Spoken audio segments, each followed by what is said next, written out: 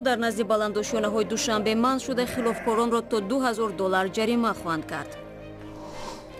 бар пояи созиши дутараф як гурӯҳи муаллимон аз Русия ба Тоҷикистон омад.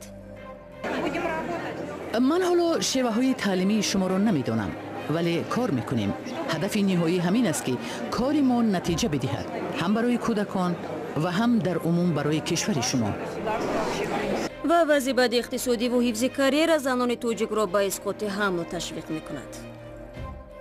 вазъи оилавиамон аз нигоҳи моддӣ камтар буд ва мо асlan маблағ барои калон кардани бачаҳо намерасид. ба сокинони шаҳри Душанбе забҳи чорворо дар рӯзи иди Қурбон дар назди баландошонаҳо манъ карданд. онҳое ки ин муқарраротро риоя намекунанд то 16000 сомонӣ муодили $2000 ҷарима хоҳанд шуд.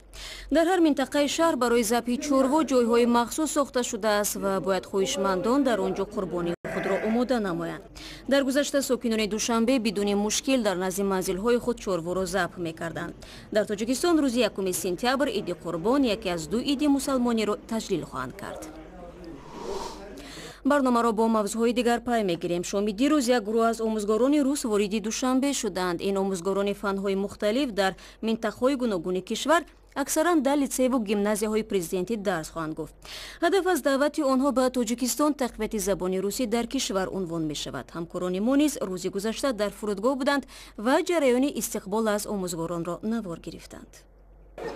истиқболи пурҳаёҳӯи омӯзгорони рус дар фурудгоҳи Душанбе. омӯзгороне ки Русия онҳоро барои як сол ба Тоҷикистон фиристодааст. муаллимоне ки мақомот ва ҳамкорони тоҷикашон онҳоро пешвоз гирифтанд ва бояд ба шогирдон забони русӣ ва дигар фанҳоро дарс бидиҳанд. дар қатори 30 нафар омӯзгоре ки имрӯз ба ҷумҳурӣ аз Федератсияи Россия меоянд, на танҳо муаллимон аз фани забон ва адабиёти рус, дар қатори онҳо омӯзгорон аз фани математика, физика, биология, химия ва инчунин технологияҳои иттилоотӣ ҳастанд. мақомот мегӯянд ҳадаф аз ҷалби омӯзгорони Русия табодули таҷриба байни ду тараф аст. аҳамияти ниҳоят зиёд дорад, чунки мо аз якдигар таҷриба меомӯзем. баҳри рушду нумӯи омӯзиши забони русӣ дар мактабҳои мо замина мегузоранд. бояд қайд кард ки аз таҷрибаи вазъинии омӯзгорони Федератсияи Россия ва омӯзгорони шаҳри Душанбе боварӣ дорам сифати таълиму тарбия боз ҳам хубтару беҳтар мешавад. омӯзгороне ки ба Душанбе омаданд мегӯянд умедворанд таҷрибаи аввалашон дар Тоҷикистон ки дар бораш хабарҳои манфӣ бештар мешуниданд муваффақ мешавад.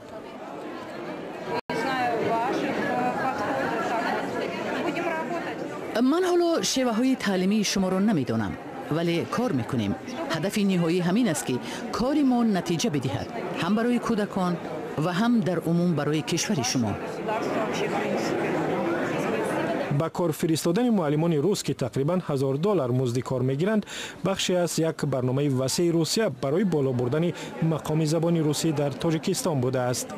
Власти городов и областей показали площадки, на которых возможно строительство. мо дар 5 минтақа будем: дар Душанбе, Кулоб, Қурғонтепа, Турсунзода ва Хуҷанд. дар чанд шаҳр комиссия буд ва дар онҷо мақомот майдонҳоеро нишон доданд ки онҷо мумкин аст барои 800 то 1200 хонанда мактаб сохт. мактабҳо бар асоси тарҳҳои Русия ва мувофиқ ба шароити Тоҷикистон. мактабҳое ки бо муаллимони рус ва китобҳои русӣ таъмин шаванд. яъне мо дар бораи тарҳи давомдор ва бо назардошти ҳамкориҳои муштарак бо Тоҷикистон суҳбат мекунем.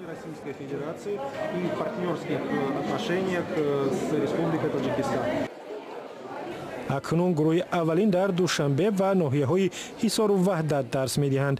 мутахассисони тоҷик мегӯянд музде ки ба омӯзгорони рус дода мешавад агар ба муаллимони тоҷик ҳам пешниҳод кунанд пушти дарҳои идораи маориф барои гирифтани чунин ҷойи кор навбати дароз хоҳад буд.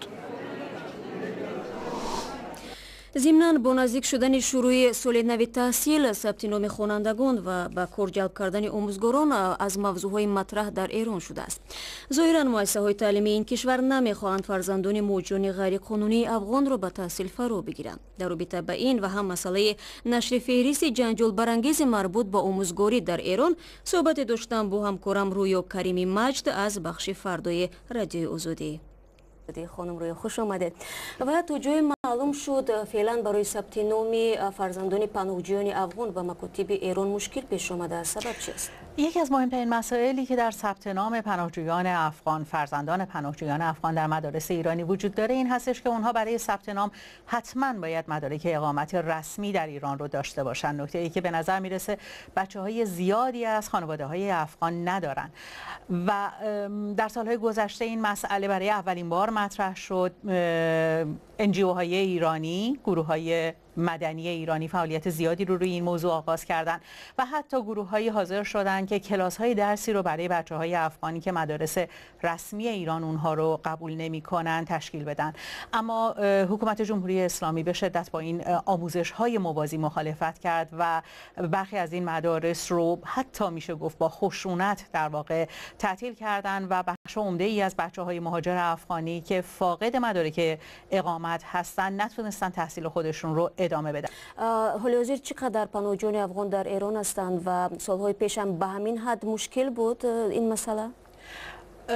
آمار رسمی که از پناهجویانی که دارای برگه اقامت هستن منتشر شده آمار اونها رو چیز حدود 1,500,000 نفر نشون میده که بالاترین آمار پناهجویان در خاک ایران رو پناهجویان افغانی تشکیل میدن. اما مسئله زمانی شکل خیلی جدی تری به خودش میگیره که ما میدونیم بیش از 3 میلیون پناهجوی افغان در ایران زندگی میکنن، یعنی بیش از نیمی از این افراد فاقد مدارک اقامت هستن، با خانواده هاشون در ایران زندگی میکنن و بچه‌های اونها از تحصیل باز موندن. چند پیش در شبکه‌های اجتماعی یک فهرست پیدا شد که طبق آن گویا زنان پیرانسالو که فرزند نداشته و اونایی که نقص جسمانی دارن حق ندارن که در مکتب کار کنند.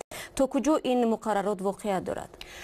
واقعیتش اینه که این فهرست بر روی شبکه رسمی آموزش و پرورش قرار گرفت، اما اینطوری که مقامات آموزش پرورش میگن هیچ وقت به طور رسمی اعمال نشده و اجرا نشده. جزئیاتی که در این فهرست اومده جزئیات بسیار تکان دهنده و تبعیض‌آمیزیه، از زنان نابارور تا افرادی که حتی خال گوشتی بر روی صورتشون دارن ممنوع شدن از استخدام در آموزش و پرورش و ایفای نقش به عنوان معلم. جزئیات بسیار جزئی و بعضی اوقات غیر ضروری هست، از لکه‌های سالک بر روی صورت گرفته تا بیماری سر، اعتیاد به سیگار و قلیان و حتی فردی که لهجه غلیظی داشته باشه، به لهجه یکی از قومیت‌ها صحبت بکنه، اجازه ایفای نقش به عنوان معلم رو بهش ندادن. مطرح شدن این فهرست در شبکه‌های اجتماعی موج بسیار گسترده‌ای رو ایجاد کرد در توییتر، فیسبوک و همینطور شبکه تلگرام که خیلی پر مخاطب هست در ایران، طوری که معاون حقوقی رئیس جمهور خانم شهین دکتر مولاوردی واکنش نشون داد و گفت حتما اون رو پیگیری میکنه و واقعا میشه گفت در کمترین زمان ممکن، یعنی در فاصله 3 روز فهرست از روی وبسایت رسمی آموزش و پرورش برداشته شد و مقررات جدیدی که هیچ کدوم از این موارد در اونها لحاظ نشده بود بر روی این وبسایت به عنوان شرایط استخدام معلم اعلام شد. شکل پوره این صحبت رو شما میتوانید در وبسایت ما www.azadi.org و آزادی ویدیو یوتیوب پیدا کنید. برمیگردیم و تاجیکستان. مقامات تاجیکستان میگویند تعداد زنانی که اسقاط حمل میکنند به مراتب کمتر شده است. سبب این را طبیبان تاجیک در بالا رفتن آگاهی زنان و استفاده وسایل جلوگیری از حامله‌داری میدانند که به گفته آنها سال به سال رایج‌تر میشود. ولی بعضی متخصصان دیگر بر اینند که تا 40% زنان تاجیک اسقاط حمل را رسما ثبت نمیکنند و در شرایط خانه از حامله‌داری نخسته خلاص میشوند.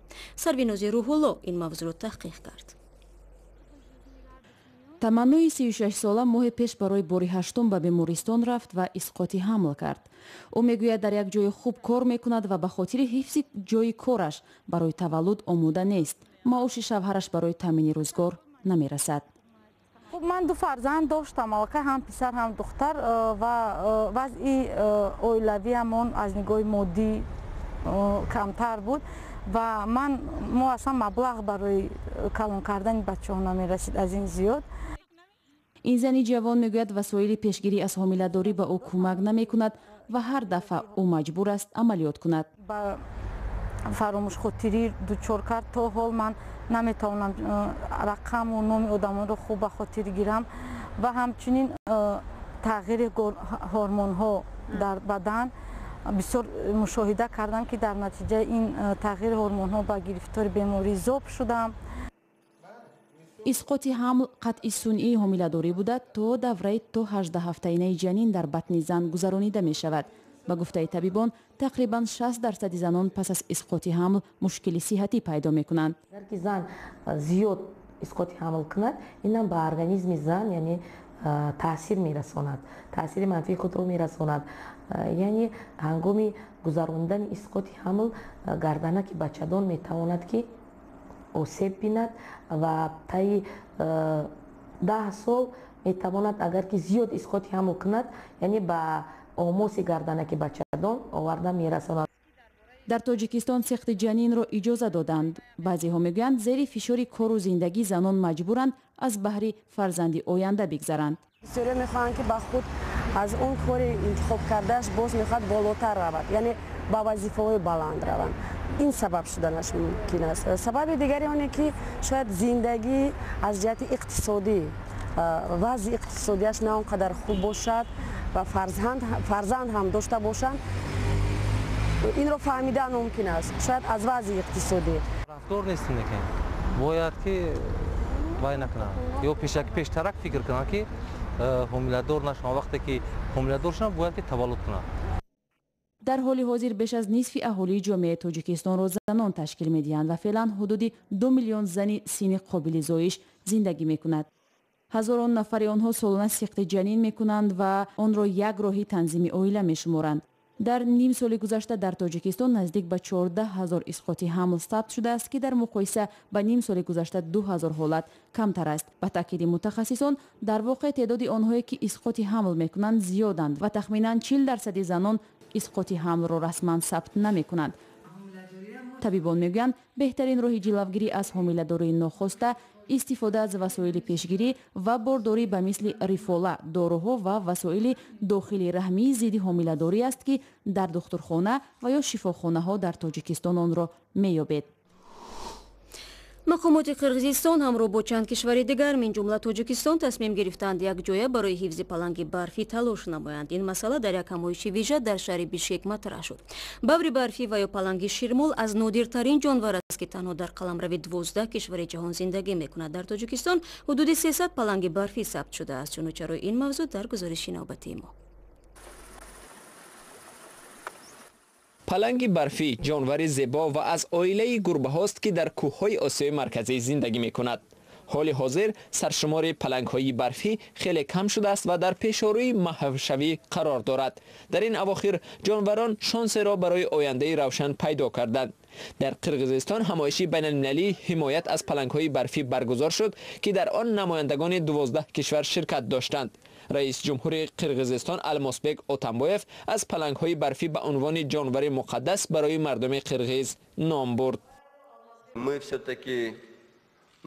ما توانستیم در مورد راهاندازی یک لایحه بین المللی برای حفظ پلنگ های برفی و محیط آنها که با حمایت مالیوی بنیاد گلوبالی زیست محیطی عملی می شود توافق نماییم. اگر ما به سازش برسیم بنیاد گلوبالی زیست محیطی آماده است ما را دستگیری کند.